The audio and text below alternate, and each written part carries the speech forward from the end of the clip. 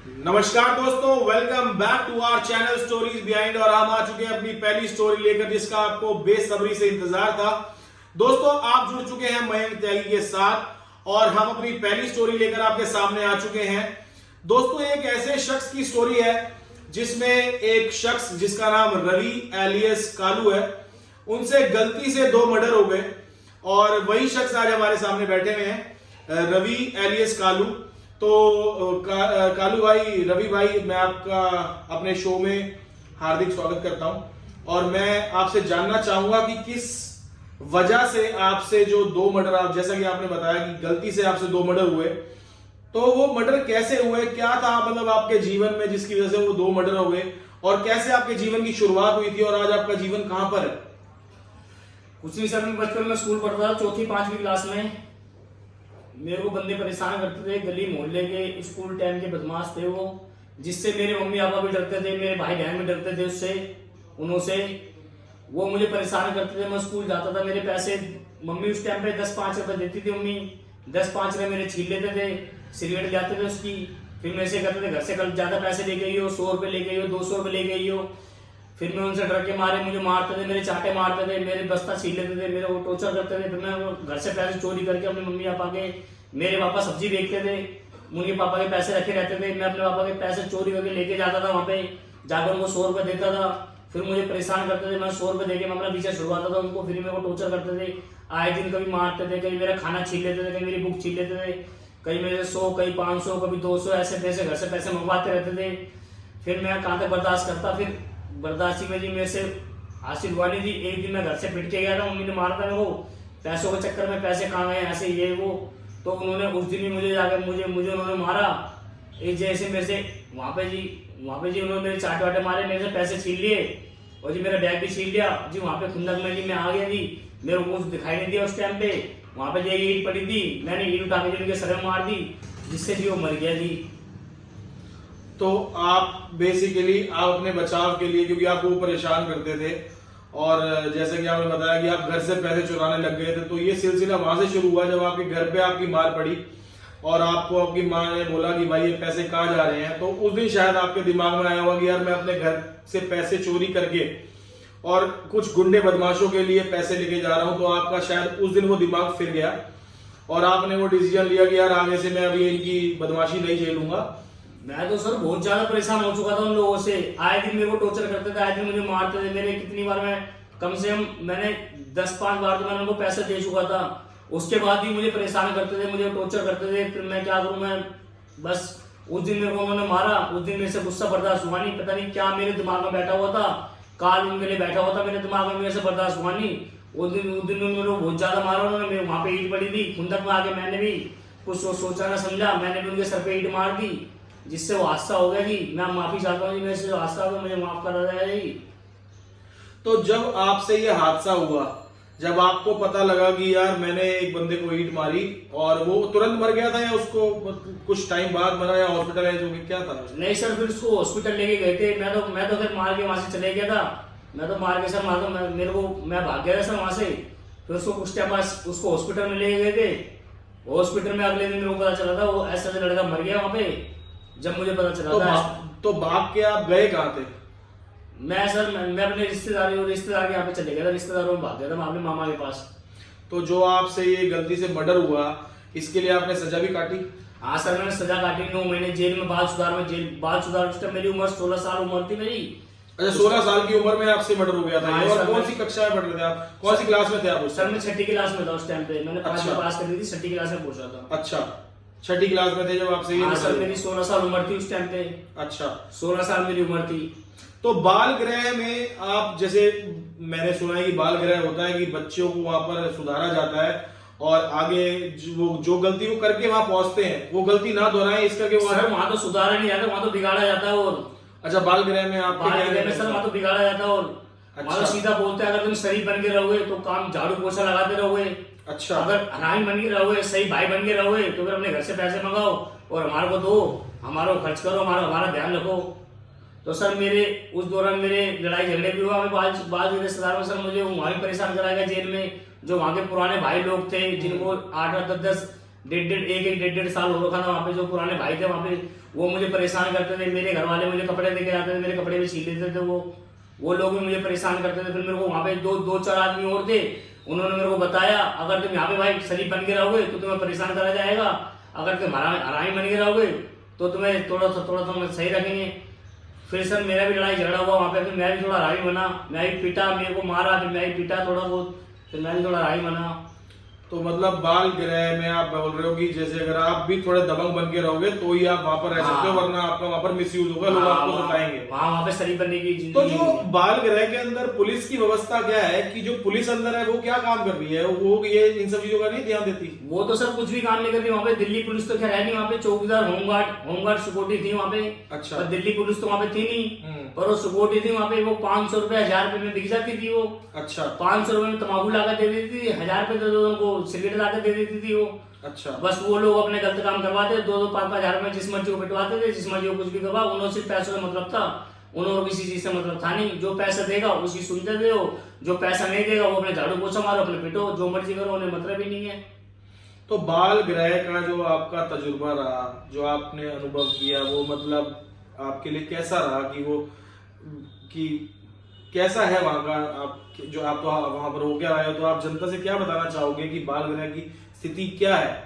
कुछ नहीं सर, मैं तो यही चाहता था मैं यहाँ पे आकर सुधर जाऊंगा, पढ़ूंगा लिखूंगा, मेरे को अच्छी जेल मिलेगी, बाल गृह सुधार में तो सुधार होगा, मेरे को पढ़ाएंगे, मेरे को लिखाएंगे, मेरे को अच्छा बनाएंगे, अच्छा इंसान बनाएंगे। पर मैंने वहां पे जाकर देखा ऐसा कुछ भी नहीं था। वहां तो और ज्यादा अत्याचार होता था इंसान के साथ। जो शरीफ आदमी आता था उसके कपड़े भी छीन लेते थे, उसको मारते भी थे, उससे झाड़ू पोछा भी करवाते थे, लैट्रिन साफ करवाते थे, कपड़े धुलवाते थे, उससे पोछा लगवाते थे। तो इस चक्कर में मेरे को 2-4 आदमी वहां पे मिले थे, उन्होंने मेरे को बोला था भाई तुम शरीफ से रहोगे, तुम्हारे से झाड़ू पोछा भी करवाएंगे, अगर दम बन के रहना तो अपने घर से पैसे मंगाओ, इनको पैसे दो। फिर मैंने अपने घर पे झूठ बोला, मैंने जी मुझसे काम कराते हैं यहाँ पे, मुझे जी 5000 भेज दो, 2000 भेज दो, तो मैंने उनको पैसे मांगे थे। जब जाके जी उन्होंने मेरे को छोड़ा, फिर भी जी परेशान करते थे, मजबूरी में आगे फिर मैंने भी वहां पे आके लड़ाई झगड़ा करा मजबूरी में आके। जब मुझे माफ करा गया जी, जब मुझे 2-4 आदमी जाने अभी ये भी हरामी है, तो मुझे भी उन्होंने छोड़ दिया, ये भी हरामी, इससे लड़ाई झगड़ा करके इससे पंगा नहीं लेना, ये भी हमारी कैटेगरी का ही हो चुका है। हाँ, ये भी। तो आपने जैसा बताया कि आप 9 महीने बाल सुधार गृह में रहे, तो उसके बाद आपके जीवन में कोई बदलाव आया या फिर आपके दिमाग में ऐसा कुछ आ गया था कि यार अब मैं तो भाई बन गया हूं मैं भी, और मैं भी अभी इसी लाइन में आगे अपना करियर बनाऊंगा, मैं भी बदमाशों की तरह रहूंगा? नहीं सर, ऐसा कुछ नहीं था। जब मैं जेल से छूटा तो मैंने सोचा चलो जेल की स्थिति हो, जेल में मैंने काट दी, चलो कोई बात नहीं, 9 महीने में आया बाहर। पर मैंने सोचा अब मुझे माँ बापू की सेवा करनी है। जो मेरे से गलती हुई मैं उस गलती पर्दा डालना चाहता था, मुझे अपने माँ बापू की सेवा करनी है। मैंने अपनी बाहर आके मैंने अपनी 1 साल बाद 2 साल बाद मैंने अपनी शादी करी। शादी करने बाद मेरे बच्चे भी हुए, फिर मैं अपनी घर फैमिली में पड़ गया। मैं जब पूरा काम, मुझे कुछ नहीं करना, अब इज्जत से कमाना है, इज्जत से रहना है, और माँ बापू की, अपने मम्मी पापा की सेवा करनी है। क्योंकि मेरे पापा जी ने बहुत बुरा वक्त काटा है। जिस टाइम पे बेचारे हम झुग्गी में रहते थे, जिसमें 12 गज की झुग्गी थी, हम 5 भाई थे, हम 12 गज की झुग्गी के अंदर रहते थे, 5 भाई थे। और हमने मेरे पिताजी ने बहुत हमने गरीबी मोल देखा है उस टाइम पे। तो मैं अपने आप को सुधारना चाहता था। मैंने जो मेरे से हो गया वो हो गया, मैं अपनी गलती क्षमा मांगता हूँ और मैं अब सुधरना चाहता हूँ मैं अब। अच्छा। फिर मैंने सुधर के अपनी शादी कर ली, अपने बच्चे कर लिए, फिर अपनी गाड़ी वाड़ी चलाने लग गया, धीरे धीरे मैं गाड़ी सीख गया। पहले तो गाड़ी का काम करा आपने? हाँ, पहले मैं कंडक्टरी करता था बस में, बिल्डू लाइन पे। अच्छा, तो फिर कौन सी गाड़ी आप अपनी छोटी गाड़ी ली या फिर कोई आप ये बस? पहले मैं जी उत्तम नगर से, अपने बिहार उत्तम नगर से बस अड्डा चलती थी 863 बस, बिल्डू लाइन। अच्छा। 863 बस बिल्डू लाइन बस चलती थी, उस पर मैं कंडक्टरी एंट्री करता था। अच्छा। तो मैं कंडक्टरी करता था। फिर मैंने धीरे धीरे गाड़ी चलाना सीख ली, तो मैंने गाड़ी छोड़ दी, फिर मैं गाड़ी चलाने लगा। अपनी अच्छी जगह फैमिली पाल रहा था, मैं गाड़ी चलाता था जी आरटीवी, जिससे जी आरटीवी चलाता था। फिर उस दौरान भी जी मेरे को बंदों ने पंगा लिया, बदमाशी करी जी, मेरे को हफ्ता वसूली करते थे लोग आगे, ला भाई 100 दे, कभी 100 दे, फिर 200 मांगते थे, फिर 300 तो आरटीवी के काम में आपकी कमाई ठीक ठाक हो रही थी, आपका घर अच्छा चल रहा था? हाँ सर, 700-800 रुपए बच जाते थे सर, 700-800 रुपए बच जाते थे। दिन के 700-800 रुपए आप कमा रहे थे और घर परिवार वाले आपसे खुश थे? हाँ, घर परिवार अच्छा, वाले। मैं एक बात आपसे और जानना चाहूंगा रवि जी, जैसे आप जब बाल सुधार गृह से बाहर आए तो मेरे ख्याल से आपने उसके बाद पढ़ाई तो छोड़ दी थी? हाँ, पढ़ाई छूट गई थी। तो उसके बाद आपने और कोई भी काम सर्च किया कि भाई मैं और कोई काम करता हूँ, कहीं पर दुकान पे काम करता हूँ या किसी के पास काम करता हूँ, या फिर आप सीधा बस की लाइन में चले गए? नहीं सर, मैं सीधे बस की लाइन में चले गया था एंट्री करने के लिए। जब मेरी उम्र उस टाइम पे 18 साल उम्र हो गई थी मेरी। अच्छा 18 साल की उम्र में मैं हेल्प करता था, आवाज मारता था, जिसको मेरे को 150 रुपए दिहाड़ी पर दे के मेरे एक दिन को मेरे को 150 रुपए सैलरी मिलती थी। अच्छा, एक दिन के आप 150 रुपए लेते थे? हाँ जी, मेरे तो को 150 रुपए से आपका काम चलता था उस टाइम पे? हाँ, उस टाइम पे छोटा ही था, मैं गुजारा हो जाता था। 150 अच्छा, अपना अपना खर्चा रहता था? अपना खर्चा होता था उस टाइम पे, शादी वादी हुई नहीं थी, छोटा था मैं, गुजारा हो जाता था। तो रवि भाई, जो जैसे कि आपने बताया कि आप जेल से बाहर आए, आपने अपने आप को सुधार लिया और अच्छे राह पर आप चल पड़े। आपने सोचा कि यार मैं अपना घर परिवार पालूंगा और अब मैं माँ बाप की सेवा करूंगा, जो कि आज की डेट में या पहले से भी हर एक अच्छे नागरिक का, हर एक अच्छे इंसान का लक्ष्य रहता है कि यार मैं अपने माँ बाप की सेवा करूंगा और जीवन में कुछ ऐसा करूंगा जिससे उनको कभी ये ना हो कि यार मेरे बच्चे ने कुछ गलत किया है, या जिससे उसको शर्मिंदा होना पड़े। तो आपसे वो दूसरा जो मर्डर हुआ, उसके पीछे की क्या कहानी थी? वो दूसरा मर्डर कैसे गलती से हो गया? क्योंकि आप एक बार गलती कर चुके थे, तो वो गलती से आपने सबक नहीं लिया था कि यार मेरे से अब दोबारा ये गलती ना हो? तो दूसरा वो कैसे हुआ, उसके लिए बताओ आप। क्या क्या सर, मेरे से दूसरा मर्डर इस दौरान हो गया सर। मैं उस टाइम पे आरटीवी चलाने लग गया था। हाँ, और आरटीवी में चलाता था सर। मेरे माँ बहुत गरीब थे सर, झुग्गी में रहते थे। और सर मैं आरटीवी चलाता था। आरटीवी सर मैं स्टैंड पे लगाता था, वहां पे जी कॉलोनी के बदमाश थे स्टैंड के। अच्छा। जो सबसे हफ्ता वसूली करते थे वो लोग, तो मेरे से कभी 100 रुपए लेते थे। फिर मैंने उनको 100 रुपए भी दिए। फिर अगली बार उन्होंने 200 रुपए लिए, मैंने 200 भी दिए। फिर अगली बार कई बार मेरी गाड़ी भी खराब हो जाती थी, कई बार पैसे भी नहीं होते थे, मालिक को पैसे देने पड़ते थे। कई बार पैसे नहीं होते, मैं उनको मना करता था, भाई पैसे नहीं आज, तो मुझे मारते थे वो लोग, मुझे डांटते थे, फिर गाली बकते थे। तो आप किसी और की गाड़ी चलाते थे? हाँ, मतलब मैं नौकरी करता था। मैं मतलब मेरी अपनी गाड़ी नहीं थी, मैं नौकरी करता था किसी और के पास। और तो ये जो गाड़ी के पैसे आपको रोज देने होते थे या महीने के बाद? नहीं, रोज के रोज देने होते थे। अच्छा, तो कितने पैसे देते थे आप रोज के मालिक? सर वही 1000-1200 रुपए, 800 रुपए, 1000-1200 ऐसी वैसे थी उस टाइम पे। उस टाइम पे तो मतलब लगभग 2-3 हजार रुपए के 2,000 रुपए के आसपास आपकी टोटल कमाई थी। हाँ, टोटल 1000-1200 आपको मालिक को देने हाँ, होते थे, 700-800 आपने बताया आपकी बचत थी। हाँ, तो जो 700-800 थे उसमें से ये जो वसूली करते हैं इनको भी आप देते थे? हाँ, इनको भी वसूली वालों को देने पड़ते। लगभग कितने पैसे ले जाते थे ये लोग? ये सब रोज के 200 रुपए मांगते थे, पर डे के 200 रुपए चाहिए हमें। तो मतलब चाहे हमारी गाड़ी चले चाहे ना चले, उससे मतलब नहीं, हमें रोज 200 रुपए चाहिए। मतलब आप 500 रुपए अपने घर बचाकर लेके जाते थे, तो आपको 200 रुपए का बहुत अफसोस होता होगा कि यार मैंने इतनी मेहनत से पैसे कमाए और ये मेरे से ऐसे छीन के लेके जा रहे हैं। सर बहुत अफसोस होता था, पर क्या करें, मेरा देने का मन तो नहीं करता था, पर देने पड़ते थे। पर मैंने एक दिन सोचा ये रोज पैसे लेते हैं, ऊपर से गाली बकते हैं, पर मुझे अब इनको पैसे देने ही नहीं है। तो फिर जब आपने उनको पैसों के लिए इनकार किया तो उनका क्या रिएक्शन था उस दिन? सर पैसों में मैंने उनको इनकार किया तो वो मुझे गाली बके, उन्होंने मेरे को गिरवान पकड़ी, मेरे पैसे जबरदस्ती लिए उनसे, फिर मैंने उनको दिए। पर मैंने अगली बार वो मेरे पास आए, जिसमें जी मैं बस चला रहा था, रास्ते में मुझे मिले 5-7 लड़के, वो मेरी बस में चले। उन्होंने मेरे को पिस्तौल दिखाई, मेरे को बंदूक दिखाई, मेरे को मारने के लिए धमकी दी उन्होंने। अगर जी सवारी थी तो मेरा बचाव हो गया, अगर नहीं बचता तो मेरे हाथ में जी टायर बदलने का जी पाना था, मेरे हाथ में पाना पड़ा हुआ था मेरे बगल में जी। मैंने पाना उठाया, मैंने उनके सर में पाना मार दिया और पाने वाने मैंने मार के, और मैं जी मेरे को अगर नहीं मैं मारता तो जी मुझे वो मार देते कि मैंने उन्हें पाना मारा जी। मेरे को बंदूक मारना है, वो मेरे को दिखा रहा था, कोई नहीं दिखा रहा था जो बंदा, वो मार ही सकता था जी। मैंने अपने बचाव के लिए पाना पड़ा था जी, वहां मैंने उसे पाना मार दिया, राड मार दी, और राड मार के जी वहां पे भाग गया मैं वहां से भाग गया जी मौके वारदात से।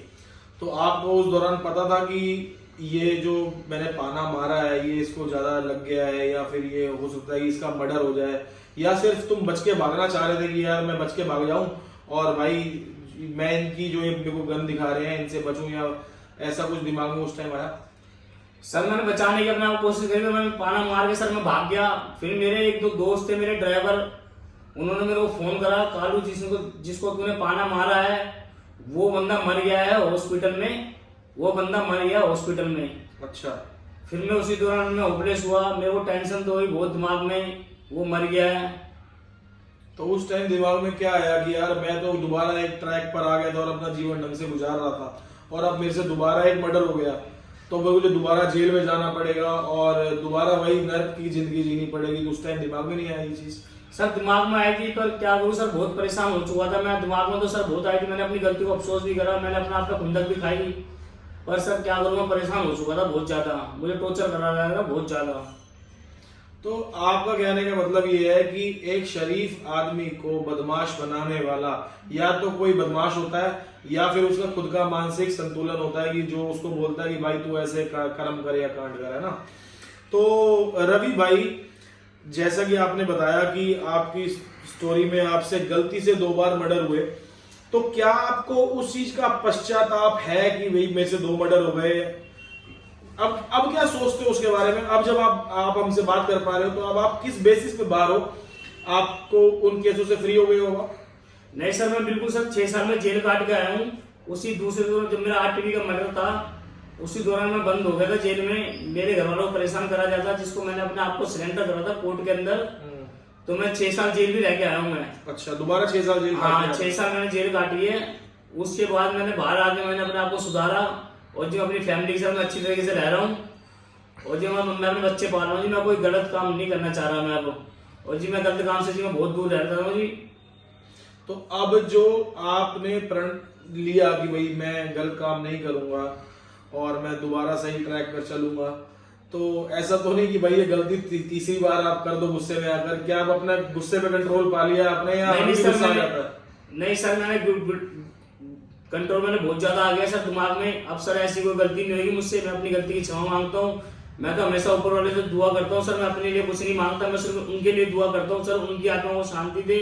और जो कुछ मेरे से गलती हुई है, मुझे सजा जरूर मिलनी चाहिए। मैं अपनी गलती का जी मैं अफसोस करता हूँ जी बहुत ज्यादा, और आगे से मेरे से कोई ऐसी गलती ना हो बस। तो रवि भाई, जितने भी दर्शक हमारे जो आपको देख रहे हैं आज, उनसे आप क्या कहना चाहोगे कि यार देखो, आपने जो किया, आपने उसका सजा भी भुगत ली और उसका पश्चाताप भी कर लिया, मगर एक जो जीवन जो आप बचपन में, जब आप बताया कि आप स्कूल जाते थे और 5वीं 6ठी क्लास में जो जीवन आपने सोचा था कि यार मैं ऐसा जीवन जीऊंगा, मगर वो जीवन आपको आज नहीं मिल पाया, तो आप ऐसा क्या कहना चाहते हो हमारे दर्शकों से कि वो गलती वो ना करें अपने जीवन में जो आपने की? ऐसी कोई प्रेरित कोई चीज आप कहना चाहते हो हमारे दर्शकों से? सर मैं तो यही कहता हूँ, सिर्फ जो बदमाश है जी, बदमाशों से मेरी हाथ जोड़े विनती है सर, किसी शरीफ आदमी को परेशान ना करा जाए।